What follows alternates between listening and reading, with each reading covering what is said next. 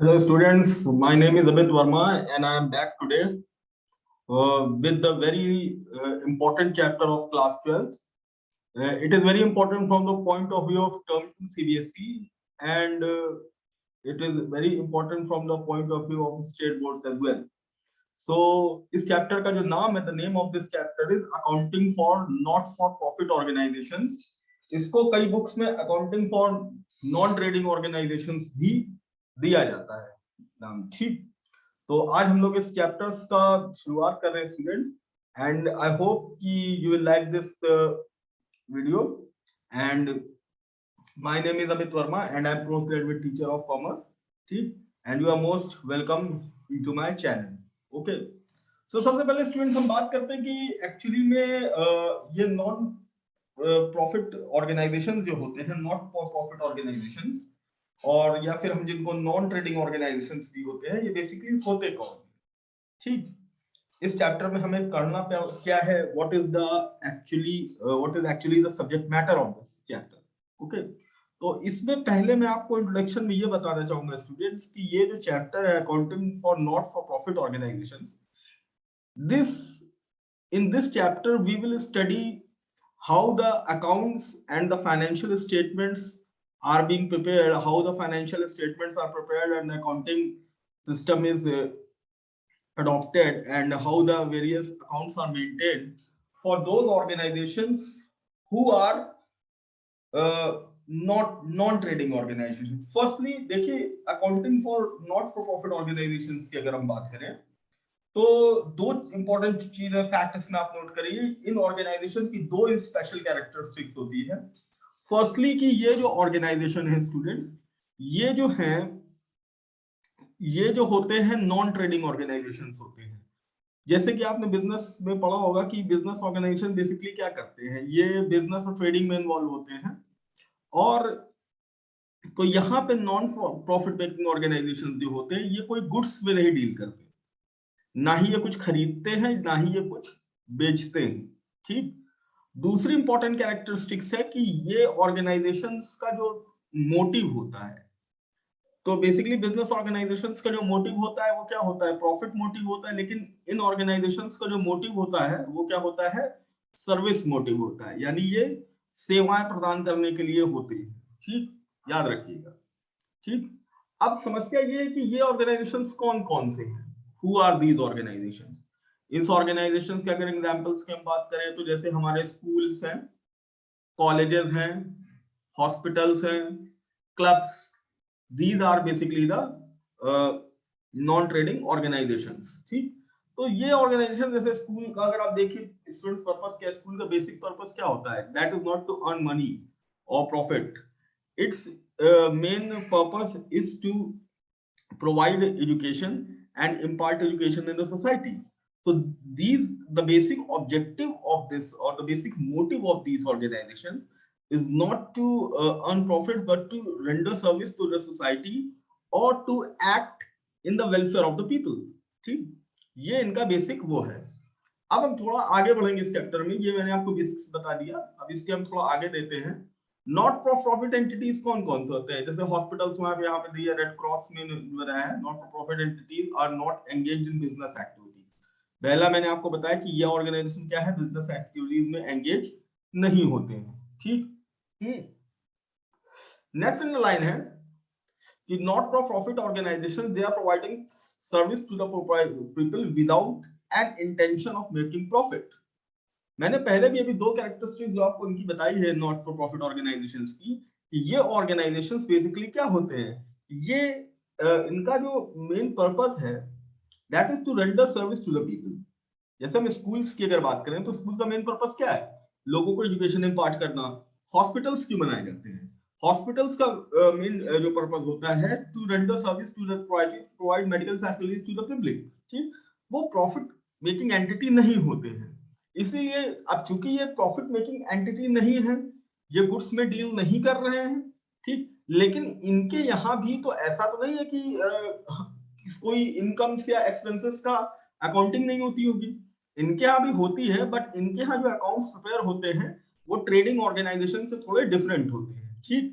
Okay, ये याद रखिएगा। फिर आगे चलते हैं, स्पोर्ट्स क्लब्स वगैरह, सोशल ऑर्गेनाइजेशन, ये सब भी क्या आते हैं, हमारे not for profit making organisations में आते हैं। ठीक, जैसा आप देख रहे हैं, some non-profit entities may undertake trading activities to generate income for their working fund. कुछ ऐसे नॉन ट्रेडिंग ऑर्गेनाइजेशंस होते हैं स्टूडेंट्स जो क्या करते हैं, कुछ एंटिटीज में इन्वॉल्व होते हैं, कभी कभी वो कुछ बिजनेस करते हैं कुछ ताकि वो कुछ इनकम अपनी जनरेट करें, तो उसको, लेकिन हम फुल्ली तरीके से उसको ट्रेडिंग ऑर्गेनाइजेशंस नहीं कह सकते। ठीक, तो वो भी नॉन प्रॉफिट मेकिंग ऑर्गेनाइजेशन कहलाते हैं। Some non profit entities may undertake trading activities to generate income for their working fund. अब क्योंकि नॉन प्रॉफिट मेकिंग ऑर्गेनाइजेशंस है, ठीक, उनका जो बेसिक पर्पस है वो तो सर्विस रेंडर करना है, लेकिन ऐसा तो है नहीं कि फंड्स के एब्सेंस में या in the absence of funds वो कैसे परफॉर्म करेंगे, क्योंकि आजकल भाई सेवाएं प्रदान करने के लिए भी तो आपको भाई ऐसा तो है नहीं कि आप अपने लोगों को एम्प्लॉय करेंगे तो सैलरी उनको नहीं देनी पड़ेगी, या आपको एक्सपेंसेस इनकम नहीं पड़ेंगे, इलेक्ट्रिसिटी बिल नहीं देना पड़ेगा, इंफ्रास्ट्रक्चर में थोड़ा बहुत आपको खर्चा नहीं पड़ना पड़ेगा। तो these are the things that have to be taken into consideration, that is the only reason why they generate some kind of income also. ठीक, differences between commercial entities and not for profit entities. ये commercial entities जो होती है, commercial organisations होते हैं, not for profit organisation में differences क्या क्या होते हैं, ये समझने की बात है यहाँ। पहला है कि अगर हम इसको देखें तो पहला होता है कमर्शियल ऑर्गेनाइजेशंस का जो मोटिव होता है वो प्रॉफिट मोटिव होता है, जबकि नॉन प्रॉफिट मेकिंग ऑर्गेनाइजेशंस का क्या होता है, सर्विस होता है। जैसा कि आप यहाँ पे देख रहे हैं, आपको दिख रहा है चीज, ठीक, एज यू कैन सी इनका मेथड क्या होता है, सर्विस होता है। ठीक, कमर्शियल एंटिटीज वर्सेस नॉट। दूसरा होता है कि स्टेटस। कमर्शियल जो एंटिटीज होती है तो उनका क्या होता है, उसमें प्रोपराइटर्स और ओनर्स होते हैं, उनके मालिक। ठीक, ओके, जैसे यहाँ पे देखिए इन्होंने बिल गेट्स का फोटो लगाया हुआ है, तो बिल गेट्स माइक्रोसॉफ्ट के ओनर है। माइक्रोसॉफ्ट क्या है, बेसिकली प्रॉफिट मेकिंग एंटिटी है, तो बिल गेट्स उसके ओनर है। ठीक, या उनको प्रोपराइटर भी कह सकते हैं। और नॉट फॉर प्रॉफिट ऑर्गेनाइजेशन जैसे हमारे हॉस्पिटल्स होते हैं, तो उसमें उनकी एक पूरा वर्किंग कमेटी वगैरह होती है, ठीक, जो और लोग उसके मेंबर्स होते हैं जो उसको देखते हैं। ठीक, तो ये डिफरेंस होता है, थोड़ा मैनेजमेंट से रिलेटेड है, कैसे उनका वर्किंग मैनेजमेंट होता है। ठीक, commercial entities versus not for profit entities. Commercial entities versus not for profit entities में तीसरा जो है डिस्ट्रीब्यूशन ऑफ प्रॉफिट्स और सरप्लस पे अगर हम बात करेंगे तो एक्चुअली में देखिए क्या है कि स्टूडेंट्स की जब हम ट्रेडिंग ऑर्गेनाइजेशंस पे बात करते हैं तो वहां पे हम जो होता है कि जो excess of income over expenditure होता है।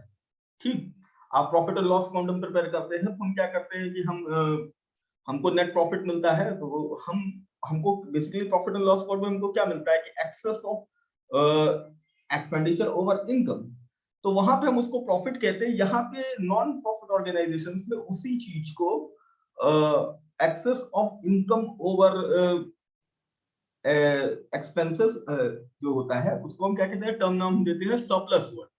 ठीक, सरप्लस और प्रॉफिट्स यहाँ पे मतलब वही थोड़ा सा डिफरेंस है बोलने में कि नॉन प्रॉफिट ऑर्गेनाइजेशन से जो प्रॉफिट होता है उसको सरप्लस कहते हैं। ठीक, ये आ जाए रिजल्ट ऑफ एक्टिविटीज। अगर कमर्शियल ऑर्गेनाइजेशंस में हम ट्रेडिंग एक्टिविटीज वगैरह में हम इन्वॉल्व हैं तो हमें क्या होता है, प्रॉफिट होता है या लॉस होता है।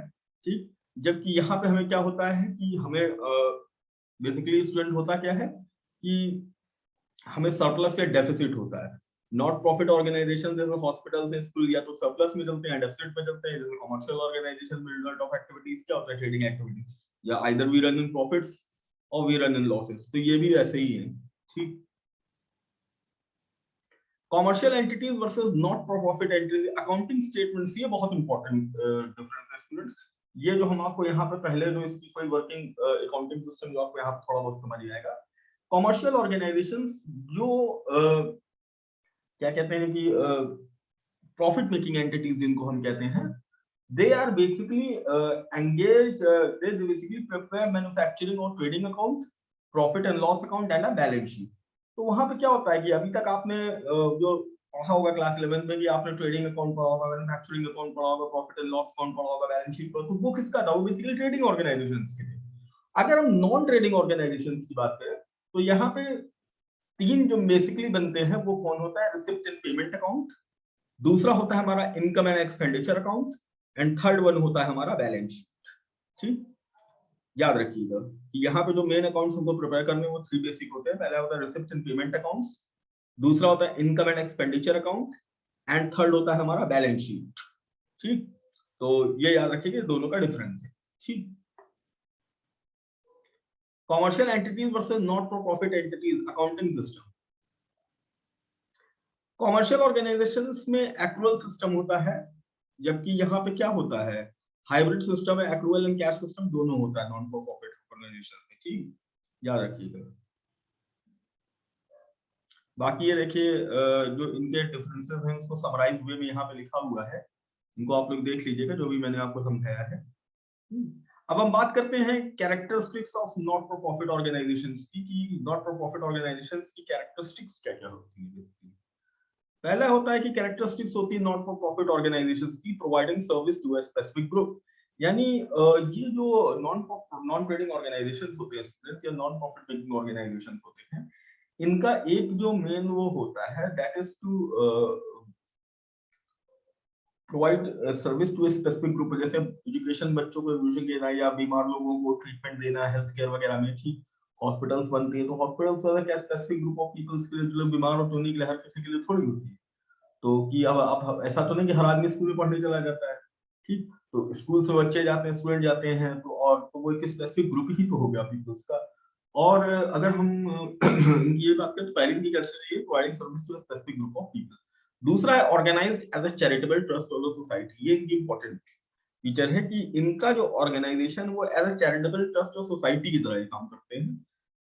तो इनका इनके जो मेंबर्स दो लोग इनमें जुड़े हुए होते हैं, जिसको मैनेज करते हैं, बेसिकली उनको या तो मेंबर्स कहते हैं या सब्सक्राइबर्स कहते हैं। ठीक, ये कहा जाता है। ठीक, मैनेज बाय मैनेजिंग कमिटी। मैंने आपको बताया था कि इसमें क्या होता है स्टूडेंट्स, मैनेजिंग कमिटी होती है ज्यादातर हॉस्पिटल्स वगैरह में। आप अगर स्कूल वाले जो में देखिए तो ठीक है, वहां पे जो जो मैनेजमेंट होता है वो कुछ ऐसे ट्रेडिंग ऑर्गेनाइजेशंस ऐसा नहीं होता कि वहां पे कोई ओनर है, या यहाँ पे पर्टिकुलर ग्रुप ऑफ पीपल्स होते हैं जिनको मैनेजिंग कमेटी कहते हैं, और उन लोग मिलके जो भी जिसको जो अपने आप को वहां पे चीफ में जो भी अपने सबसे मेन पर्सन जो होते हैं उनको अपॉइंट कर लें, प्रेसिडेंट हो या जो भी हो। तो यहाँ पे कमेटी ऑफ मैनेजमेंट जिसको हम कहते हैं वो होती है, it is manage by committee.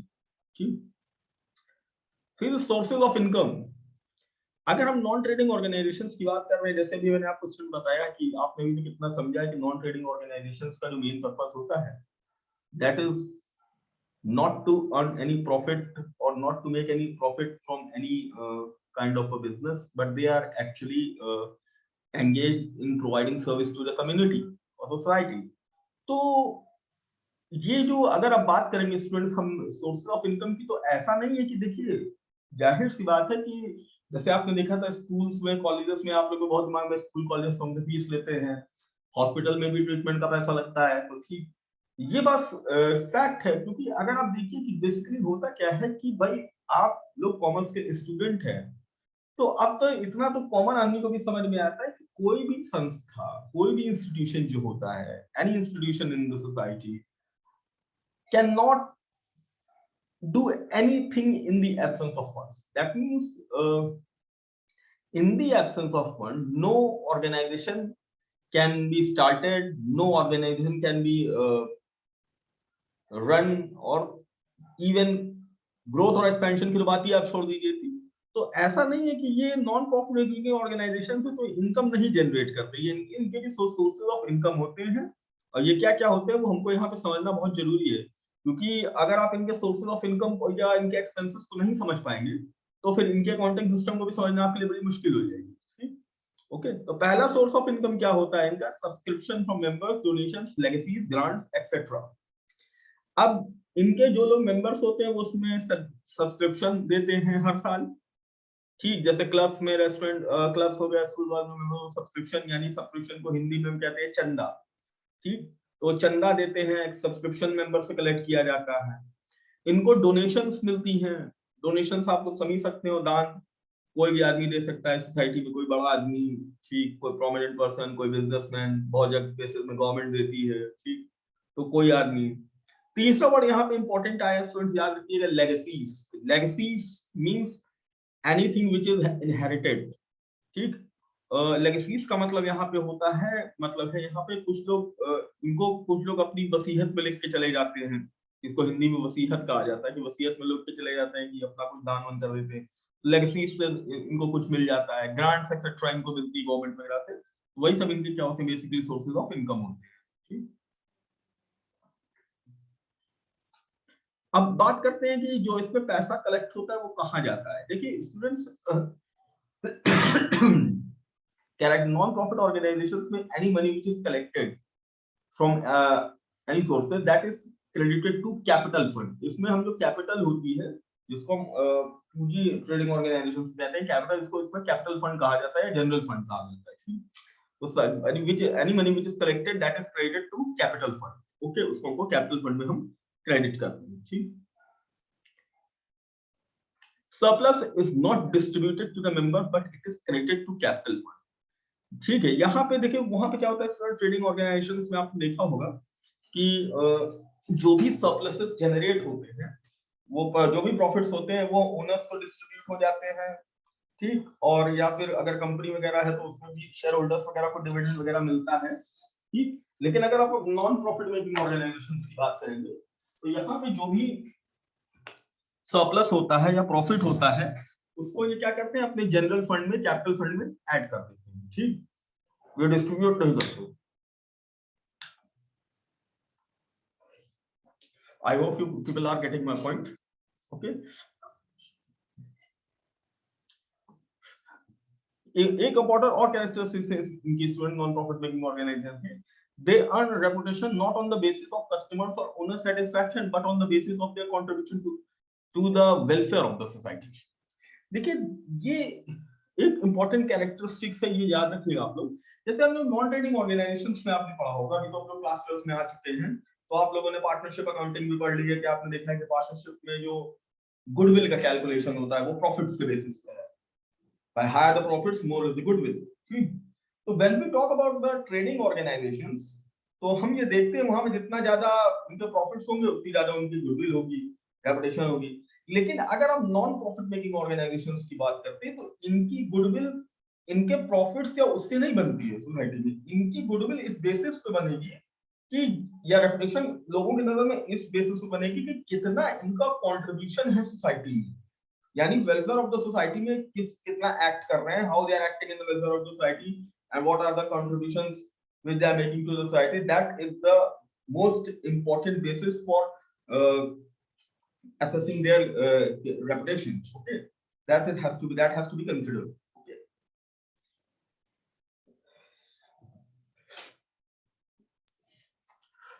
records maintained are meant for members as well as to meet statutory requirements।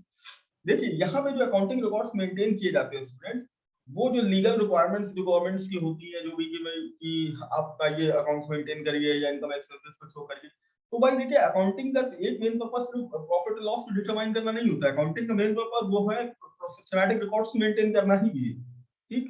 तो यहाँ पे सिस्टमैटिक रिकॉर्ड्स मेंटेन रहे, इसीलिए क्या करते हैं हम, यहाँ पे भी अकाउंटिंग की जाती है, ठीक, अकाउंट्स मेंटेन किए जाते हैं। अब हम बात करते हैं accounting records of not for profit organisations, यानी not for profit making organisations जो होते हैं, नॉन ट्रेडिंग ऑर्गेनाइजेशंस में होते हैं, इनके फाइनल अकाउंट्स होते क्या क्या है, बेसिकली कौन कौन से अकाउंट्स यहाँ पे ये प्रिपेयर करते हैं। तो आज हम स्टूडेंट्स इस वीडियो को यहीं पे एंड कर रहे हैं, ये पहला वीडियो है, ठीक। और नेक्स्ट वीडियो में हम देखेंगे कि ये कौन कौन से अकाउंट्स को प्रिपेयर करते हैं। बेसिकली मैंने आपको अभी थोड़ा यहाँ पे नॉलेज दे दिया है कि यहाँ पे 3 टाइप के अकाउंट बेसिकली प्रिपेयर होते हैं। पहला होता है रिसिप्ट एंड पेमेंट अकाउंट, दूसरा होता है इनकम एंड एक्सपेंडिचर अकाउंट, तीसरा होता है बैलेंस शीट, ठीक। तो this is all for today student, I hope you like the video and please appreciate the video if you like it, and in the future I'll try my best to bring you more videos relating to your courses, and with this all I would like to wish you a very cheerful and nice, happy and nice day. Thank you.